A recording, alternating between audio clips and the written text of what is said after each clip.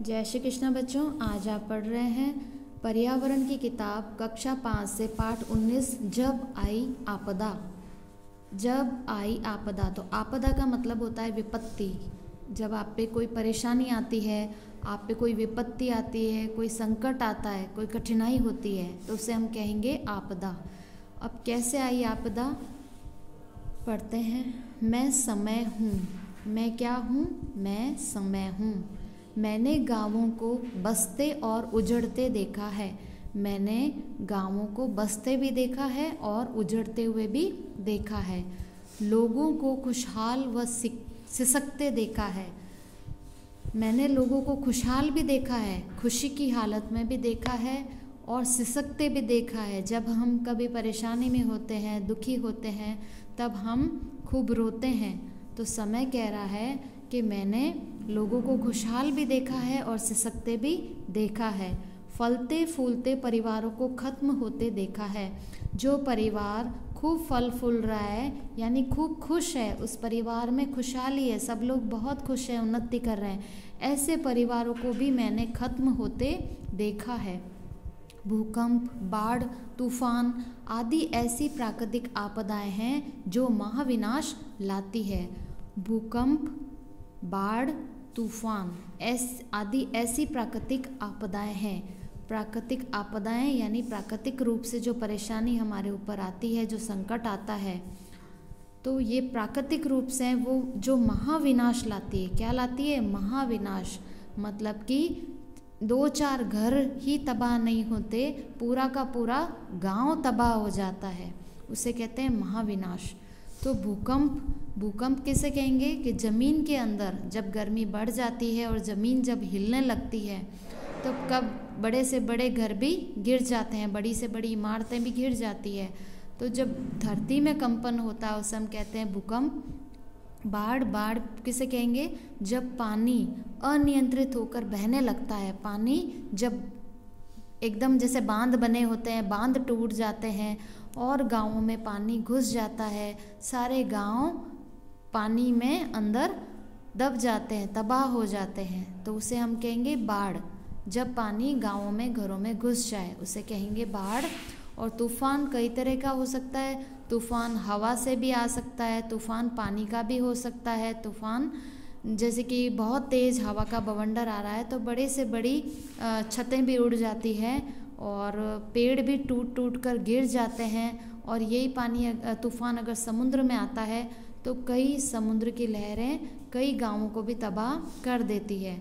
तो ये सब प्राकृतिक आपदा हैं। इनको इंसान ने परेशानियों को पैदा नहीं किया है, ये प्रकृति से हमको आपदा, प्रकृति की तरफ से ये संकट हमें प्राप्त हुए हैं। तो ये प्राकृतिक आपदाएं उसे कहते हैं जो प्रकृति से हमें मिली है।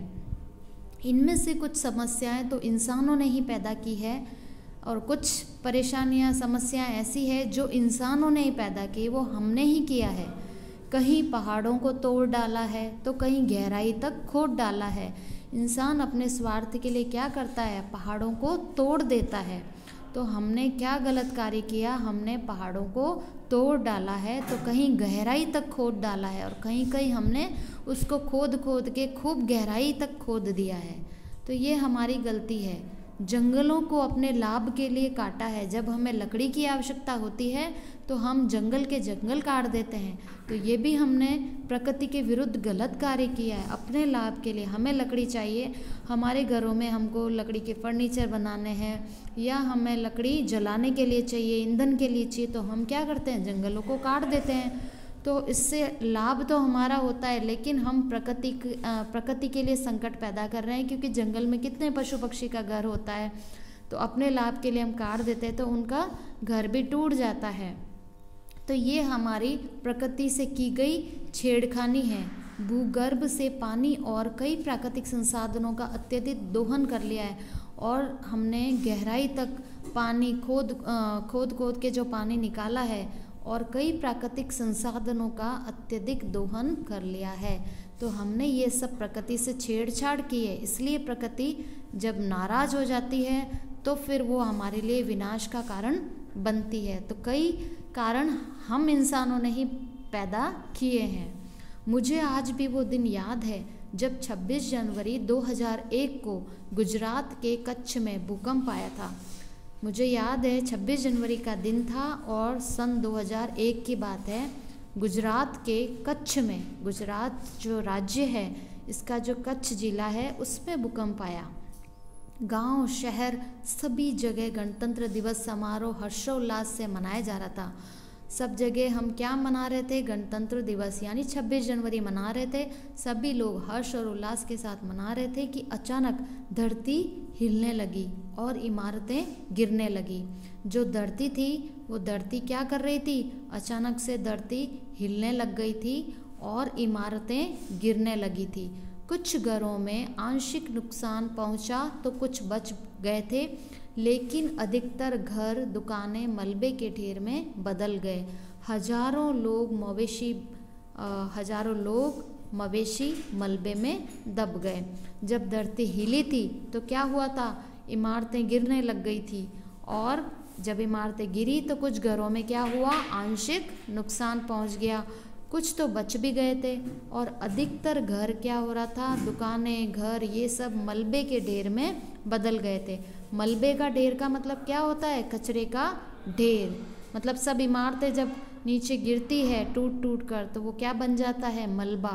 तो मलबे के ढेर में बदल गए थे और हजारों लोग और मवेशी मलबे में दब गए। हजारों लोग और जो मवेशी थे वो सब किस में दब गए थे? मलबे में दब गए थे।